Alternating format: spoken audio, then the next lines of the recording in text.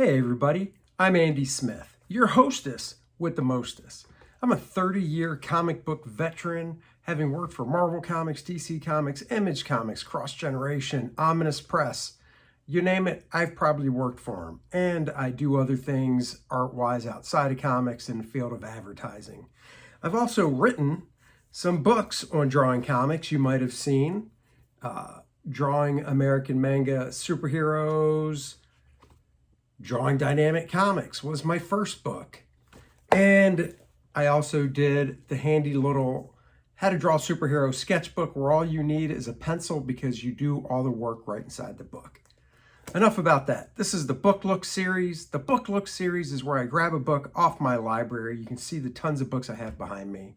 And I go through it page by page with you so you can see if it's a book that you might want to buy. I like to know what I want to buy before I buy it, and I feel this is a way to give you some insight into these books. So join me for today's Book Look. Thanks. Well, hello there, and welcome to another exciting edition of Book Look, the show where I take you through different books that I have in my extensive collection, whether it be how to draw books, art books, whatever, graphic novels, whatever I want to show you guys, I will. And today, you're like, but Uncanny X-Men, issue 280 from 1991, why are you showing us this comic book? I don't know what I was trying to do with that voice, it just came over me. And when something comes over me, I do it. I am Andy Smith, of course, your 31-year comic book veteran, working for Marvel, DC, Image, CrossGen, Acclaim, Valiant, and many more, and artwork outside of the comic book industry as well. AndySmithArt.com if you want to check it out. Creator of First Man, the coolest superhero around. Go check him out as well.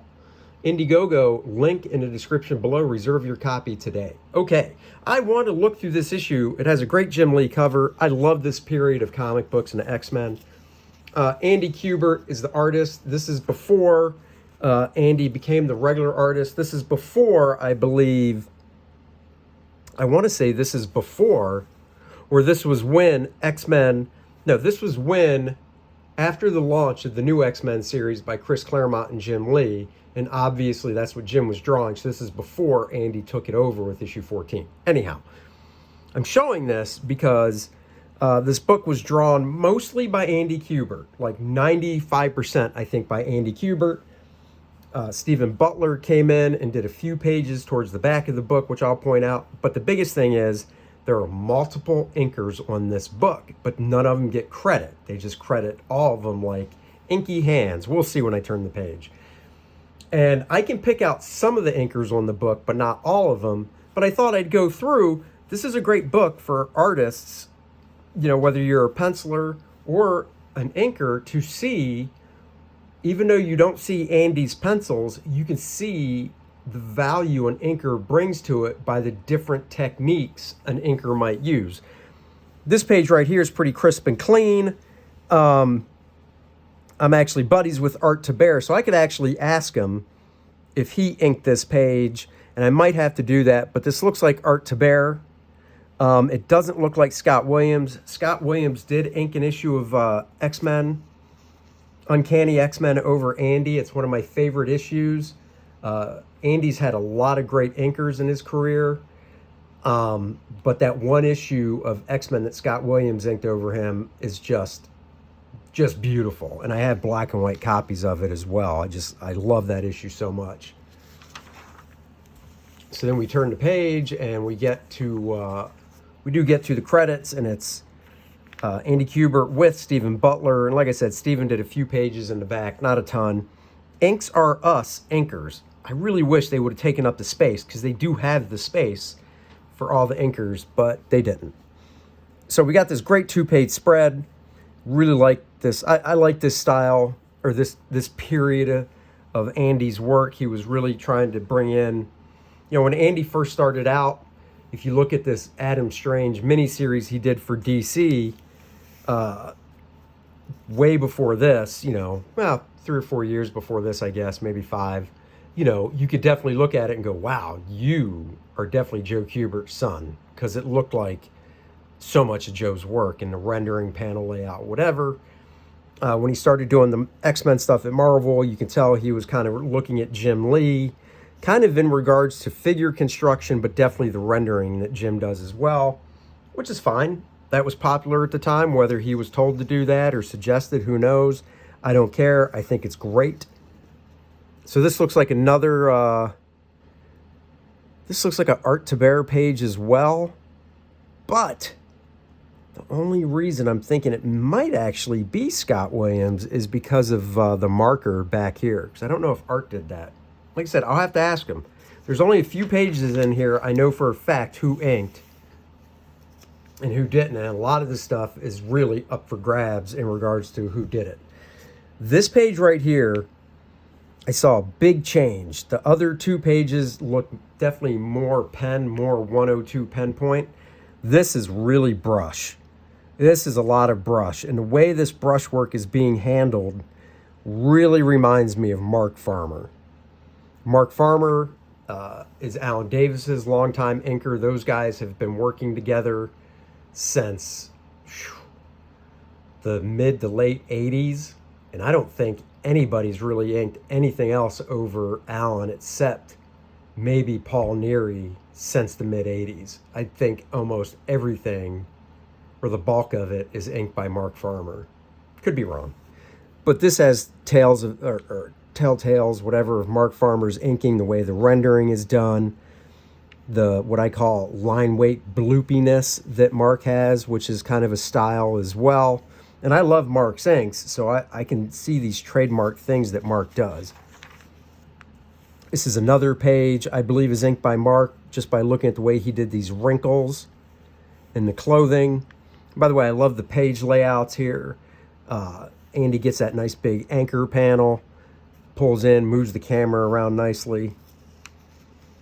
This looks very Mark Farmer to me. So it's really cool because Andy doesn't... there's an inker named Jesse Delperdang that inked Andy a lot on at Marvel on, I believe, Kazar. He's a brush guy. I believe he went to the Kubert School. That's where Andy found him. Matt Ryan, who was also a Kubert School student, inked Andy a lot as well. This page still looks like Mark Farmer to me. Like these brush lines here, you pull these as one line, and then you take a whiteout and streak the whiteout down. So you're not pulling this little line here, then a longer one, a little longer. You pull them straight through, and the little whiteout, whoop. Same in the fade here under the neck. You pull them as one line, you take white out and bring it in. So I think this is a Mark Farmer page. This looks real Mark Farmer to me. Over here, I'm going to say this is Tom Palmer. Tom Palmer has been in the business at this point for almost, I would say probably 25 years, in 1991, if not longer. He's an artist in his own right. He did a Doctor Strange graphic novel that I believe he fully painted.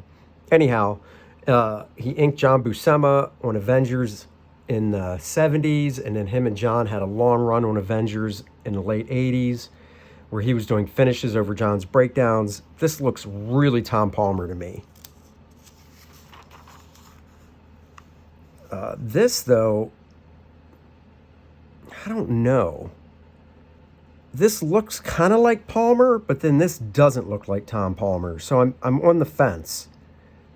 Some of it looks like Tom Palmer, like this looks like Tom Palmer, but this doesn't. So I'm not sure. But then here, the way these wrinkles are, this does look like Tom Palmer. So I'll say these 2 pages are Tom Palmer as well. Because if they're going to split inkers throughout a book, they're not just going to be like, here, ink this page, skip a couple, ink another one. No, they're going to send them batches like, can you ink 3 pages? Great. And they'll mail them 3 pages. So I think this is Tom Palmer as well. Turn the page to a new inker. Once again, it's still Andy Kubert on pencils. We have not got to the Steve Butler stuff yet. Don't know. I honestly don't know. This could be Dan Panosian, but I'm not sure who did the inks on this one. So Harry Candelario, maybe? Not sure, but I like the layout. Nice tight close-up here. Camera pulls back so we can see the scene, all the X-Men behind. Focus on Charles, focus on Forge. Nice close-up. I love this uplighting that Andy did and the way he does it. And then this nice little sliver, vertical panel down shot of them walking away. Very cool. I love that. I love comic books. And then here, it is, God, I'm really not sure. It looks like Tom Palmer again. And I want to say it's still Andy as well. This looks very Andy Kubert to me. This face, though, doesn't ring of Andy Kubert to me. But this body does. The storytelling does. So I'm really not sure. This looks like Andy to me from a penciling standpoint. I'm just not sure of the inks. Like I said, I don't know. I should do a Google search. I bet now I could probably do a Google search and find out who did all the inks on this stuff. These pages are Andy Kubert. I mean, this is an Andy Kubert Wolverine pose. Just the layout of the panel, the layout of the whole page. I'm not sure who did the inks on this page, but they look different from whoever inked this page. And just for instance, looking at Wolverine's leg here and his bicep, the way the rendering's done looks different. And like here as well. This almost looks like Michael Baer, but I just don't think Michael Baer was, I don't know. Once again, if anybody knows, feel free to comment below and tell me, because I'd love to know who inked, who the other inkers were in this issue, and if I'm right about the pages that I said were Art Thibert, Scott Williams, Tom Palmer, Mark Farmer. This is an Andy Kubert page as well. Nice shot here of Wolverine and Gambit kind of going at it. I think the colors got a little lost in here. This looks like a thigh right here. But the colors didn't know, so they colored it yellow. This is a thigh. I don't know if that's Gambit's costume color or not. Then there's something going on here that I'm not sure what it is with this line and these. And this leg gets really lost back in here. I'm not really sure what is totally going on there. And inking wise, I don't know. Maybe Mark Pennington. Mark Pennington is an inker that went to the Kubert school at the same time I believe Bart Sears did. Bart and Mark worked together in the 80s. Mark was the inker on the first bunch of issues over Andy Kubert when they took over X-Men with X-Men number 14. Maybe Mark, not sure. Here we have another page, which I believe is Andy Kubert as well, just looking at the storytelling and the page layout and the drawing. Just another one. I don't know who inked that one. This, I believe, is Steve Butler's first page. Because these figures, either that or Andy just did breakdowns and the inker did finishes, because this looks like an Andy Kubert pose, but the drawing itself doesn't look like Andy. But this does, actually, drawing-wise. And this layout looks like Andy. So maybe this is Andy, and he got to a point where all he could do were breakdowns, which is just basically outlines for pencils with no solid blacks and rendering indicated. So that could be the case with this page. I do know both those guys. Andy's really busy. Steve, I might be able to get a hold of and ask him. I'm sure he remembers. This is Andy for sure. So I'll say those other pages were too, because I'm pretty sure when Steve took over to help out drawing the book, he did a batch of pages in order. So this is Andy. Once again, I don't know who did the inking. Could be Mark Pennington. Dan Green might have inked some of the stuff in this book. This is definitely Andy, the way he draws, the composition in the panel, that hand This is an Andy Kubert Wolverine pose for sure.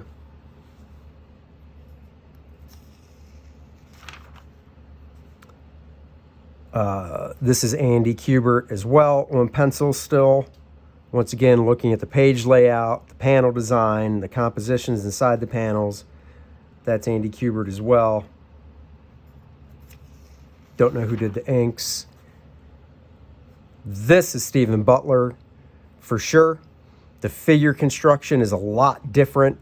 The page layout and panel design is different from what Andy does. I mean, this is not an Andy Kubert type panel.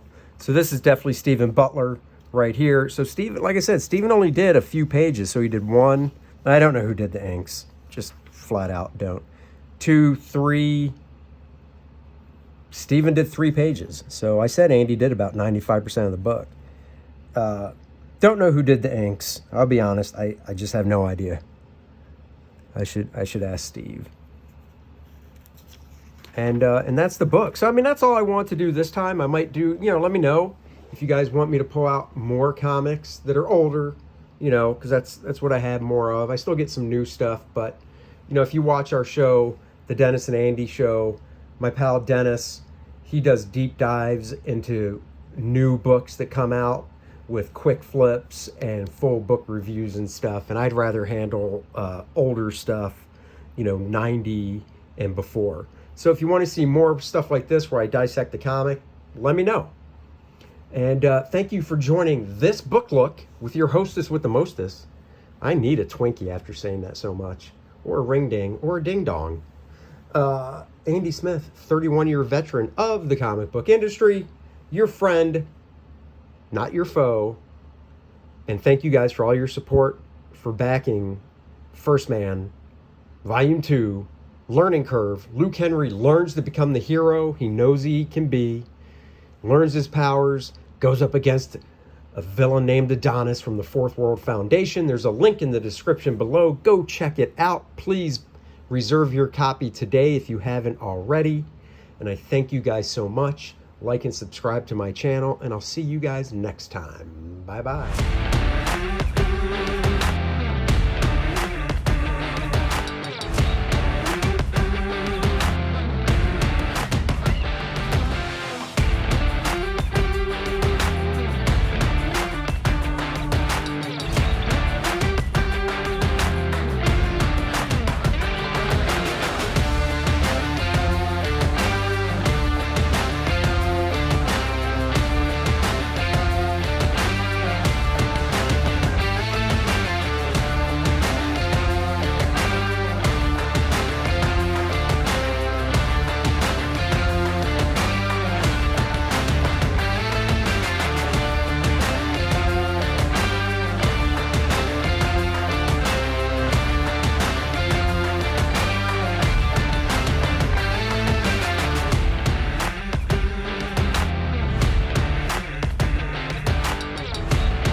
Bet First Man 2 now, live on Indiegogo.